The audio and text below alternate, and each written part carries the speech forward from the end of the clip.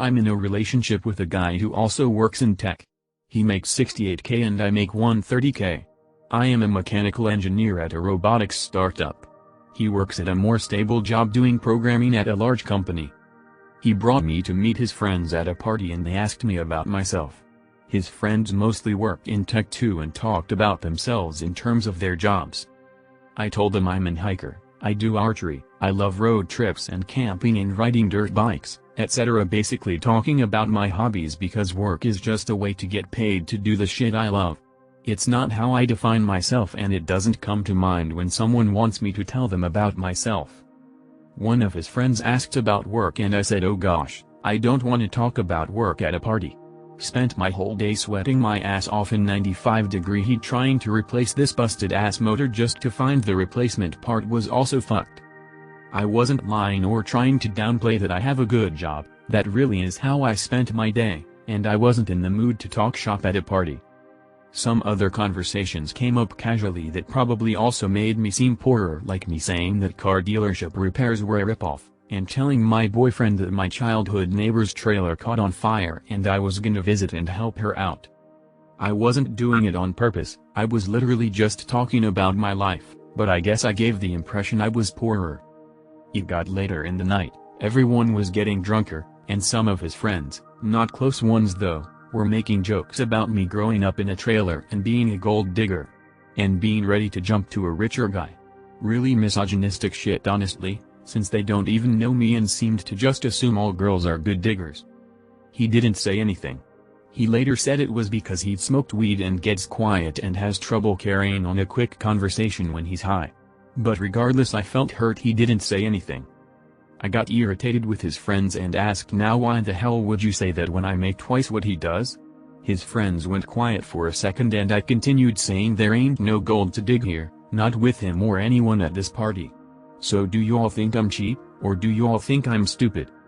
My boyfriend wanted to leave the party shortly after and he was pretty upset with me for telling everyone I make twice what he does. I said I would have held my tongue if he checked his friends himself.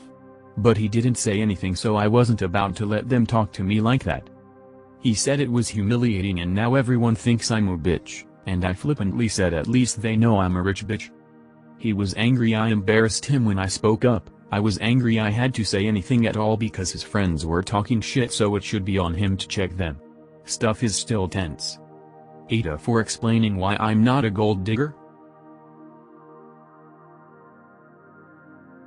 Update is here. www.reddit.com web link. The mons wouldn't let me post because this post isn't old enough. Throw away. This whole situation is so bizarre that I still can't really process it. It still doesn't feel real, but I feel scared and guilty. I, 19F, had surgery a couple days ago to get all 4 of my wisdom teeth out, and because I have a really bad fear of dentists, they had to drug me pretty hard to do the removal. Not like laughing gas that wears off really fast, but actual 4 medicine, so I was pretty much unconscious during the whole thing. They told me to have a responsible adult drive me to the appointment and back because the meds they gave me would make it dangerous to drive.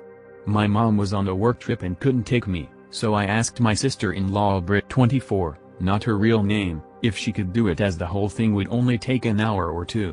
I even offered gas money because the dental office is about 45 minutes away. I would have asked my brother, but he works during the day while Bri's a stay-at-home mom to their 2-year-old daughter, who I think was at Bri's mom's house that day.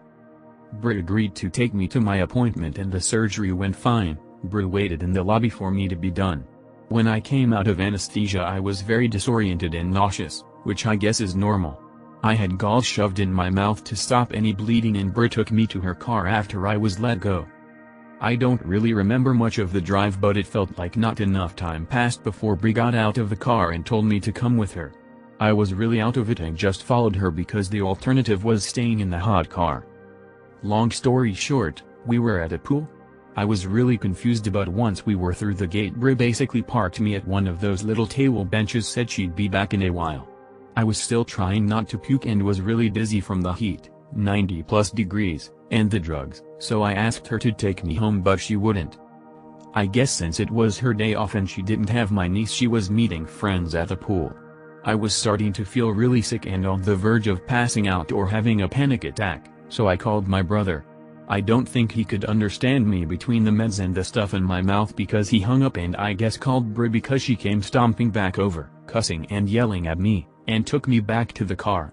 I passed out on the drive home, but when we arrived my brother had left work and met us in the driveway. He was screaming at Bri and she was crying. I was still pretty disoriented but my brother took me back home and stayed with me until the meds wore off.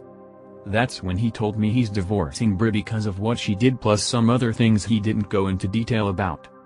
It's been a few days since then and Bri has been blowing up my phone telling me what a bitch I am and how me tattling destroyed her family.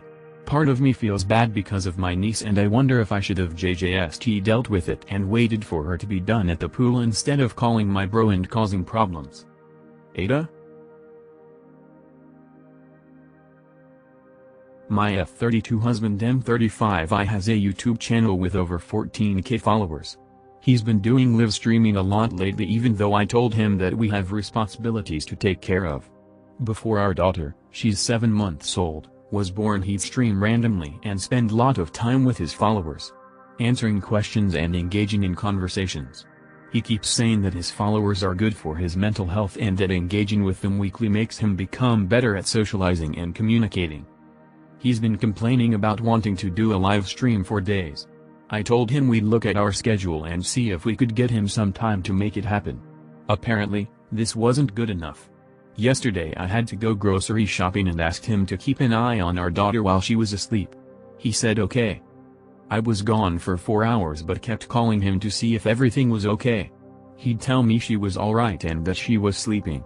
I started getting this weird feeling something was wrong because she must have had been hungry or needed a diaper change. He argued that everything was fine. I immediately went home and when I entered the house I didn't find him. I shouted his name but got nothing. I went into the bedroom and saw that my daughter was awake and her diaper wasn't changed. And worse was that her bottle was even touched. I was confused. I got out and noticed that his office's door was closed. I figured he was doing a live streaming from the noise I heard. I was beyond seething. I barged into the office and saw him sitting. I blew up while he was trying to turn his mic off and telling me to stop but I didn't stop. I berated him for leaving our daughter unattended and with no milk nor diaper change. He freaked out on me saying I just ended his entire channel and destroyed his fan base for interrupting his live stream and embarrassing and scandalized him like that. I told him to not say a word but he kept yelling calling me out of control and unhinged.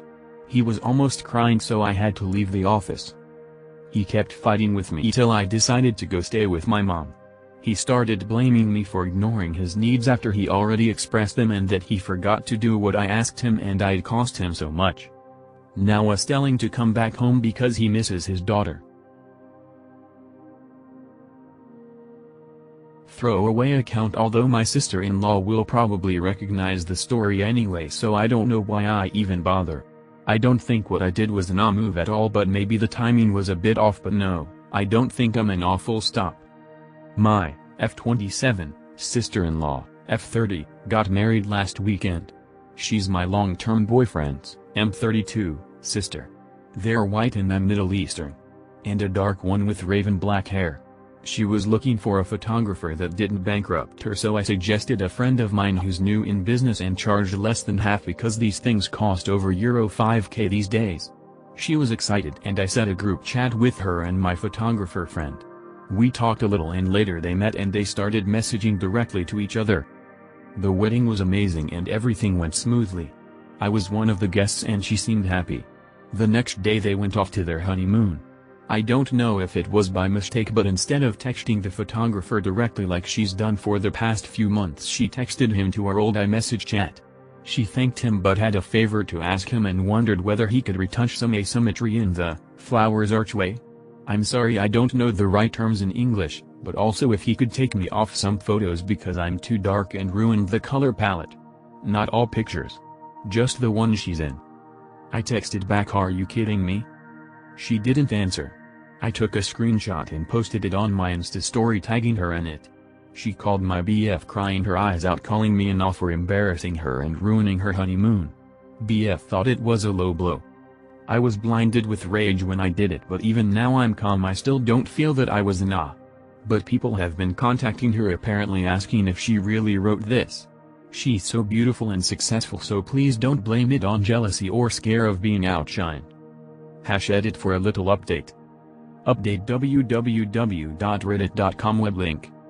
1. Sister-in-law is still on her honeymoon, so I haven't talked to her yet, but she's bombarding my BF demanding that I apologize and make a new Insta story with my apology. More people got involved, including my BF's mother that thought I was way out of line ruining her daughter's wedding. I have also got contacted by my sister-in-law's friends. Some of them told me stories about what she's been talking about me behind my back. Yeah, she got what she deserved. The amount of her friends that weren't surprised at all with her text made it clear for me that I wasn't wrong. My sister-in-law is self-employed with some foreign customers. That's why she's taking it so hard, because she's scared that would affect her career. I don't feel like I need to save her career should something bad happen to it. 2. My photographer friend did what he was told. That's the only right way. I'm being professional and not confuse work with his own values. He asked me if I wanted him to say something and I said no. I also asked him not to tell me what they're texting since she's his client, so he shouldn't break confidentiality. He's just starting his career and he will meet worse brides. She was at least nice to him throughout their interaction. 3. Now to my BF. As I said, he thought this whole thing was uncomfortable. I told him if he wanted to be with me he needed to discuss uncomfortable topics. He opened up and it was actually deeper than this. This has happened before. His uncle is very rich and for his 60th birthday he had a very big party. As a thank you we received thank you cards with our pictures on it professionally taken. I remember this picture because his uncle had a red carpet moment when guests were photographed upon their arrival. Later we went to my BF's mother to see the rest of the photos and I wasn't in any of them. I thought it was funny how I literally evaded being caught on camera. I never mentioned this or even reflected on it, and while my BF and his family were looking at the pictures and discussing the evening, it was just so normal and no one mentioned something out of the ordinary. Today he told me that I was photoshopped off the pictures. Everyone in his family knew it but me. At the time they just thought the uncle could choose whoever he wanted to have in his pictures and they moved on. But you all kept it from me. Yes. So you must have thought it was hurtful. I did. I asked my family not to tell you. And we continued going to that uncle. Celebrated some Christmases, Easters and vacations with him. Silence. You didn't feel offended on my behalf? Silence. And now you think it's okay that your sister is doing the same? I didn't think of it that way. I know my sister. She not a racist. If it wasn't racist, why is she feeling embarrassed now? Silence. You think what she did was alright? Of course not. Will you just stand and watch when this happens to our children? Of course not. I know my BF very well. He's very kind and I never felt he was racist in any way. I know he's not stupid and is aware of these things, which makes it worse because it just means he doesn't care enough. I asked him why he didn't care enough and he said he was so sorry, but he knows me to be a strong girl that never let these petty things affect her. He's right. I normally ignore 99% of the racism and microaggressions I face in life and even laugh at the ignorance. We even discussed this before. But does being strong mean that people are entitled to try to hurt me? Because I usually don't let them? Does it mean I wouldn't appreciate to feel the support of my BF having my back?